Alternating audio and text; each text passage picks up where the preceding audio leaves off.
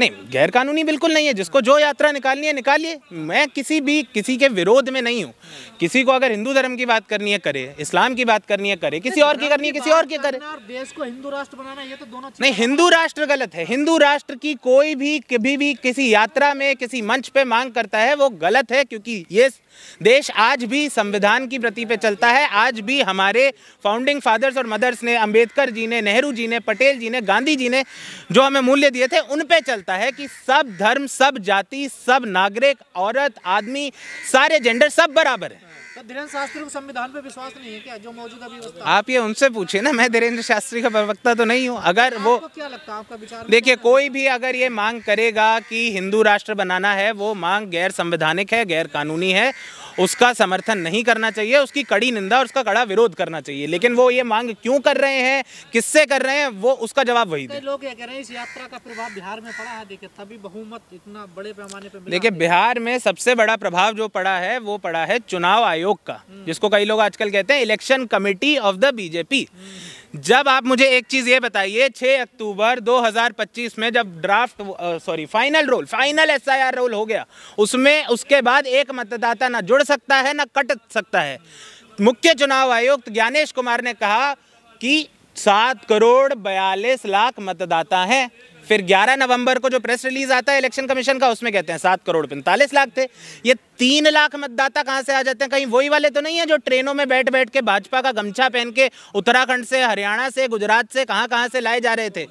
चुनाव आयोग ने जिस तरीके से पक्षपात करा है बिहार के चुनाव में, बिहार की जनता ने देखा है, देश की जनता ने देखा है, और अब देश इसका जवाब देगा। देश की जनता सड़कों पर आएगी और अपनी आवाज उठाएगी। गड़बड़ हुई है, धांधली हुई है चुनाव में, जाहिर सी बात है हुई है। मैं बिहार में खुद 2 महीने था, बहुत सारे पत्रकारों से, वहां के लोकल पत्रकारों से बात करी, राष्ट्रीय पत्रकार जो दौरों के लिए आ रहे थे उनसे बात करी, भाजपा के पॉलिटिशियन से बात करी, नेताओं से बात करी, कांग्रेस के नेताओं से बात करी, चाय वाले से, किराने वाले से, सिगरेट वाले से, अंडे वाले से, सबसे बात करी। और मुझे क्या लोग बताते थे, टाइट कॉन्टेस्ट है, आरजेडी सबसे बड़ी पार्टी उभर के आएगी, कांग्रेस इस बारी ज्यादा मजबूती से काम करेगी, सदाकत पे जितनी भीड़, सदाकत आश्रम कांग्रेस का, जिनको ना पता हो, कांग्रेस का कार्यालय है प्रदेश का और बहुत अच्छा इतिहास है उसका। कभी आप लोग से मेरी एक अनुरोध रहेगा कि इस पे भी वीडियो बनाइएगा कि किस तरीके से देश के पहले राष्ट्रपति राजेंद्र प्रसाद ने अपना खुद का घर, अपना बंगला दान किया ताकि कांग्रेस पार्टी का कार्यालय बन सके। उसी को सदाकत आश्रम कहा जाता है।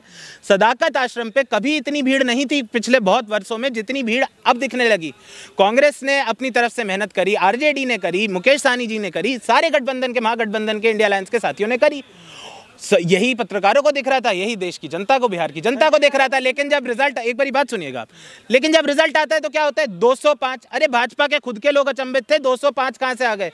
जिस तरीके से रिजल्ट आते जा रहा था, सुबह क्या शुरू हुआ था कि आरजेडी 80 सीटों पे चल रही थी, गिरते गिरते गिरते गिरते 25 पे आ गई। एक बारी को तो मुझे लग रहा था कहीं 500 सीटें ना निकाल, 400 पार यहीं से ना हो जाए।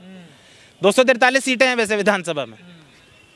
संजय यादव पे क्या लग रहा है? संजय यादव को कहा जा रहा बड़ी मेहनत करी है लालू के परिवार को तोड़ने के लिए उन्होंने। देखिए, संजय यादव ने लालू जी के परिवार में क्या करा है, क्या नहीं करा, इसका मैं पात्र नहीं हूँ, मुझे नहीं पता क्या हुआ क्या नहीं हुआ। अगर कोई भी व्यक्ति है जिसने किसी भी परिवार में कोई भी भेंट डाली है तो गलत है, उस परिवार को उस व्यक्ति से किनारे करना चाहिए। पर मुझे नहीं पता कि संजय यादव का और लालू परिवार का क्या रिश्ता है और क्या है। पूरा इसमें श्रेय चुनाव आयोग को दिया जाएगा या फिर महागठबंधन से भी कहीं गलती हुई है कुछ? नहीं, बिल्कुल महागठबंधन से गलतियां जरूर हुई हैं। मैं यहाँ पर खड़ा होकर झूठ बोल रहा हूँ अगर मैं बोलूँ कि कांग्रेस ने, आरजेडी ने, महागठबंधन ने कोई गलतियां नहीं करी। इससे बहुत बेहतर चुनाव लड़ा जा सकता था। इसकी जिम्मेदारी भी, मैं सीधा सीधा बोलता हूँ, इसकी जिम्मेदारी कांग्रेस के, आरजेडी के नेतृत्व पे भी है, उनके कार्यकर्ताओं पे भी है, उनके समर्थकों पे है, उनके वोटरों पर है। लेकिन चुनाव आयोग की अगर धांधली ना होती तो इस तरीके का जो रिजल्ट हमने देखा है, जो 200 पार 400 पार होता नजर आ रहा था, ये नहीं हो सकता था। ठीक है, धन्यवाद।